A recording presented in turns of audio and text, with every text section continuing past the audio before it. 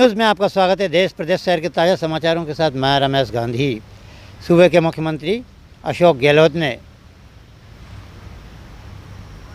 8 जून तक बढ़ा दिया है लॉकडाउन। सूबे में चल रहा है कोरोना का डाउनफॉल। जिस यौवन से कोरोना अप्रैल और मई के महीने में आया था, अब सने सने ढलती मई में अलविदा हो रहा है।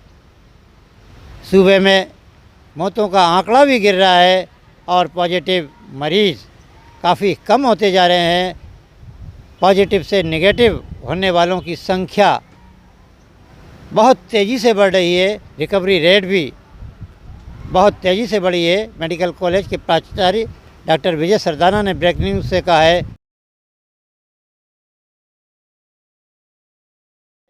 जिस हिसाब से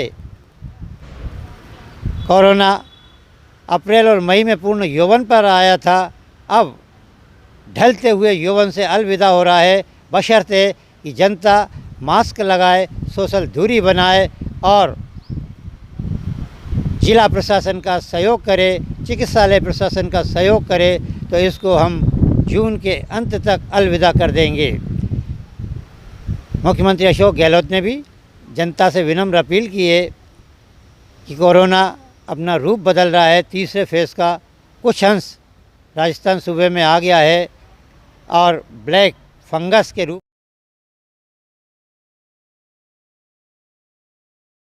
में भी कोरोना ने दस्तक दे दी है। घबराने की कोई बात नहीं है। सरकार बहुत युद्ध स्तर पर तैयारी की हुई है।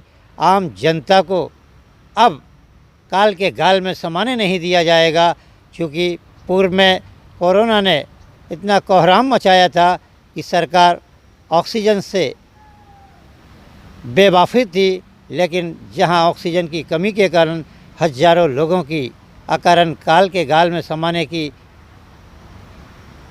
घटनाएं हुई, उससे मेरा दिल विचलित हो गया था और मैंने दिल्ली से, जामनगर से, भिवाड़ी से, देश के विभिन्न कोनों से ऑक्सीजन का इंतज़ाम कर लोगों को बचाया है। और प्रधानमंत्री नरेंद्र मोदी के सौतेले व्यवहार के बाद भी कम आर्थिक संसाधनों के साथ मैंने इस देश की जनता को बता दिया है कि अशोक गहलोत दवाइयों से किसी को मरने नहीं देगा, चाहे सूबे का पूरा बजट दवाइयों पर खर्च क्यों ना हो जाए। आज कलेक्टर उज्जवल राठौड़ के लोकप्रिय कलेक्टर उज्जवल राठौड़ जी, सर कोरोना ज़बरदस्त कहर ढा रहा है और आज नहीं लगाने का स्तर नहीं बढ़ेगा पुलिस द्वारा, तब तक इस पर कंट्रोल नहीं किया जाएगा। उसके लिए सरकार क्या कदम उठा रही है और प्रशासन? चालान तो कर रहे हैं, बढ़ भी रहे हैं। अभी आपने देखा होगा, पहले जो ढिलाई थी वो नहीं रही, वो कर रहे हैं। दुकानें भी सीज कर रहे हैं, मॉल भी सीज किए हैं। लेकिन कोरोना के साथ जीना है, ये भी बात है कि लोगों की रोजी रोटी भी नहीं हो और जो लापरवाही कर रहे हैं उनके खिलाफ कार्रवाई भी हो। ये दोनों मिक्स करके कर रहे हैं। स्ट्रिक्टनेस जहाँ होनी चाहिए। आपको ध्यान 9th तक की क्लास से भी स्कूलें बंद कर दी है। कार्यालयों में उपस्थिति को ज़्यादा इतना नहीं कर रहे हैं कि चलो 75% का गवर्नमेंट ने कहा, तो हम भी उसी हिसाब से कार्य कर रहे हैं। वर्क फ्रॉम होम भी करवाते हैं। ये सर कोचिंग कॉलेज, कोचिंग संस्थानों में बच्चे भी और उनके संचालक भी कोरोना पॉजिटिव आ रहे हैं, इन पर भी कार्रवाई की जाएगी क्या? कोचिंग और कॉलेज वाले, निजी कॉलेज है, उनके भी हम देख रहे हैं। वैसे मैं आपको बताऊं, प्राइवेट वाले जो कॉलेज वाले, कोचिंग वाले अपने हिसाब से तो वो कर रहे हैं और काफ़ी सतर्कता भी बढ़ रहे हैं। फिर भी किसी ने लापरवाही की तो उसके खिलाफ कार्रवाई करेंगे। इसी तरह से इंडस्ट्रीज़ के भी हम इंस्पेक्शन करवा रहे हैं, रिको से और इंडस्ट्रीज से, उनमें भी कार्रवाई करेंगे।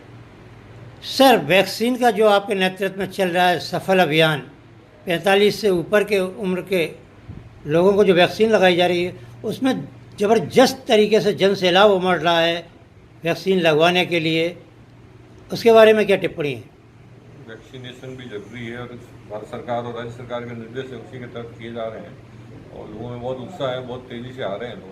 क्योंकि हमें डेली हर इसके नतीजे भी आएंगे। इस कोरोना को टीकों से ही किया जा सकेगा मुकाबला, और इससे क्या डेथ रेट कम रहेगी, तो एक जो भय का माहौल है वो भी कम होगा टीकाकरण के कारण।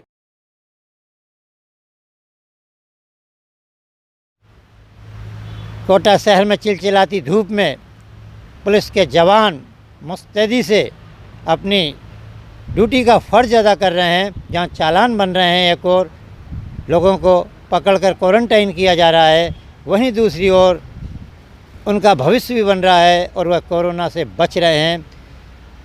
अब कोरोना की अलविदाई में मेडिकल कॉलेज, MBS, रेलवे चिकित्सालय में बेड खाली पड़े हुए हैं और पेशेंट अब घरों की तरफ रुख कर रहे हैं।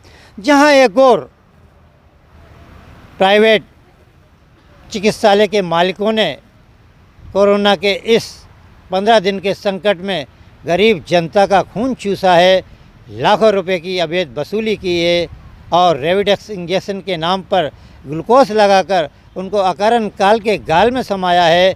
उन लोगों को भगवान तो माफ़ करेगा ही नहीं, लेकिन सूबे के मुख्यमंत्री अशोक गहलोत ने सख्त निर्देश दिए हैं सूबे के 33 ज़िले के कलेक्टरों को कि जहां ऐसी खामियां पाई गई हैं उनको सख्त सज़ा दिलाई जाए और उनके खिलाफ़ FIR की जाए। कोटा कलेक्टर ने भी श्री कोटा हार्ड के संचालक के खिलाफ़ मुकदमा दर्ज करवाया है और एक कमेटी बनवाई है जिसमें मेडिकल कॉलेज के प्राचार्य विजय सरदाना के नेतृत्व में टीम काम कर रही है। वहीं SP ने प्राइवेट डॉक्टरों के कहने पर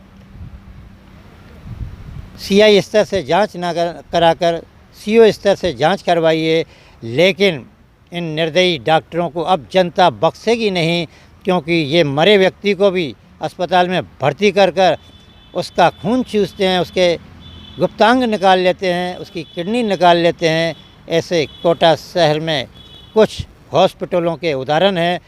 पूरी गाइडलाइन की नहीं कोई अवहेलना नहीं हुई थी।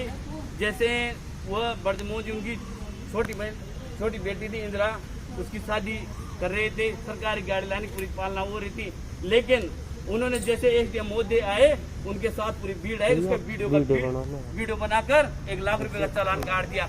17 तारीख को प्रशासन के दबाव में कैसे भी आकर उन्होंने 20 तारीख तक ये 1 लाख रुपए जमा करवाए, उसके बाद उनकी डेथ हो गई।